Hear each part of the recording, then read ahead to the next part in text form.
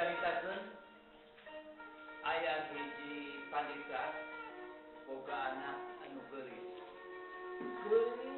anu kacaya teu aya bandinganana di eta lembur. Eta bapana hiji waktu erek tatapan ninggalkeun anakna si mata wayangna anu jadi kolot kacidak terus ninggalkeun ieu budak teh. Tapi ku bakat eta bapana hayang boga ilmu, akhirna bapana lempang ka eta hiji tempat bari si Medi bapana sapa dicaritakeun eta budakna diimah bicik sorangan. Tepung Cilila datang aki-aki tak neng si neng tidak ada wasna tanya aya aki mohon neng aki teh ieu bade ka ama ceuk eta aki nyarita kitu.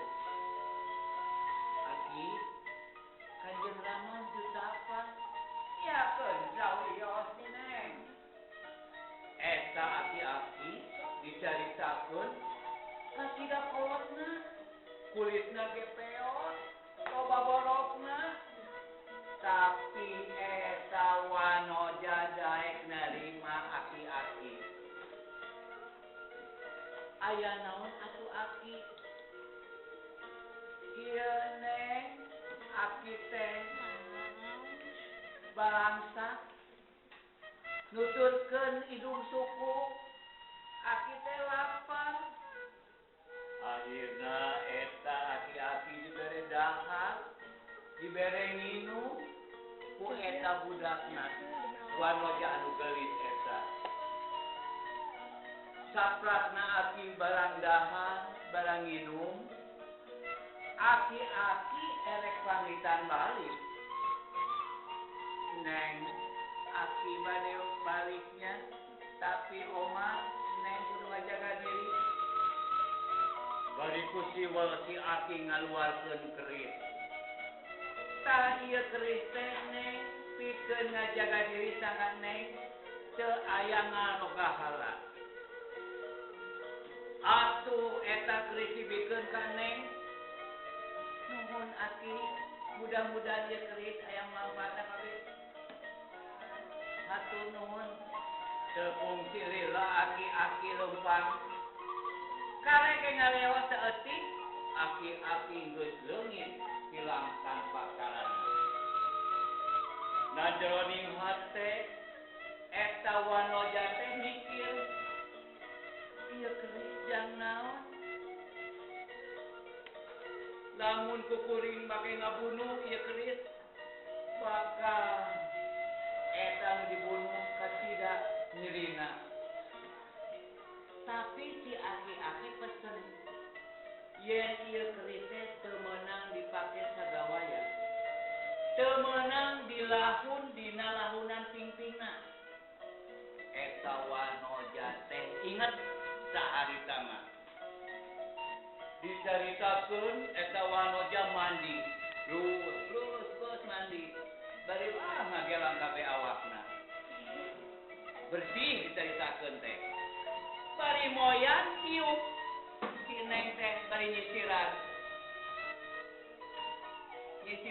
si neng teh kieu pokok eta keris disimpen dina lahunan. Akhirna eta keris teh ngeleungit hilang tanpa karana. Atuh si neng teh si budak wanoja teh kacida luas nu kacida. Aduh mangkani eta keris teh meunang amanat ti aki-aki. Kuring nepi teu bisa ngajaga. Saleungitna eta keris teu karasa eta pesen aki-aki teh kanyataan.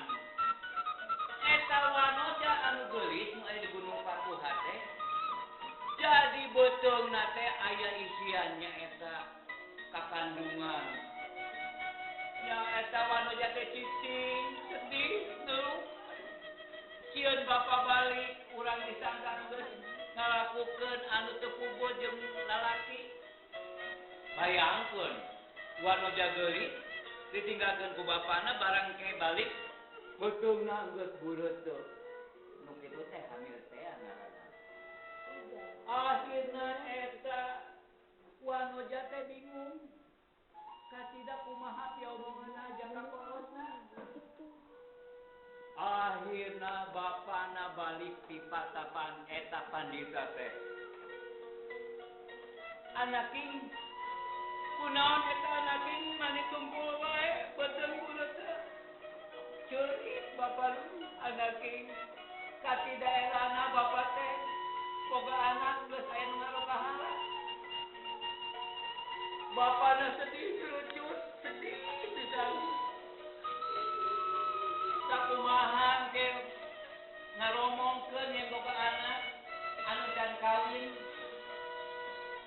akhirna bapana ambek lamun maneh geus ngalakukeun maneh dihukum ampun Ramanda ampun kaula teu ngalakukeun nanaon ampun teu bisa kami kudu ngahukum anjeun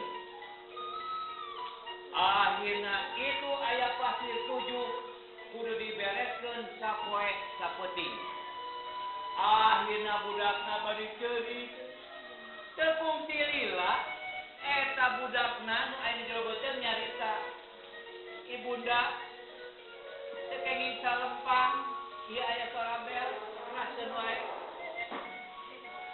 kaula bade ngabantuan kasida ruasna nu jadi indungna anakna di jero beuteung nyarita dicaritakeun sapoe sapeuting kudu beres eta pasien 7 dibersihan dibereskeun dipindahkeun diangkut hiji balik deui diangkut 2 akhirna acan sapeuting eta pasien teh geus nepikeun ku gunungan maka eta gunungan eta jadi gunung disebutkeun Gunung Geulis tah akhirna bapana teh percaya anaking ayeuna mah bapa percaya yang anjeun teh geus teu ngalakukeun nanaon akhirna beteungna kempes deui eta wanoja anu geulis teh kerisna aya deui dicekel tah ieu Rama kaula teh teu ngalakukeun nanaon ngan basa Rama teu aya kaula dipasihan teh si aki-aki akhirna masyarakatna percaya yen eta anakna si pandita teh jalmi anu solehah anu bager teu ngalakonan nanaon sa ieu dongeng teh papatah pesen amanat yen anu jadi budak awe kudu hati-hati anu lalaki ge sarua kitu wae dicekalkeun teu mugi ka dia eta dongeng. Wassalamualaikum warahmatullahi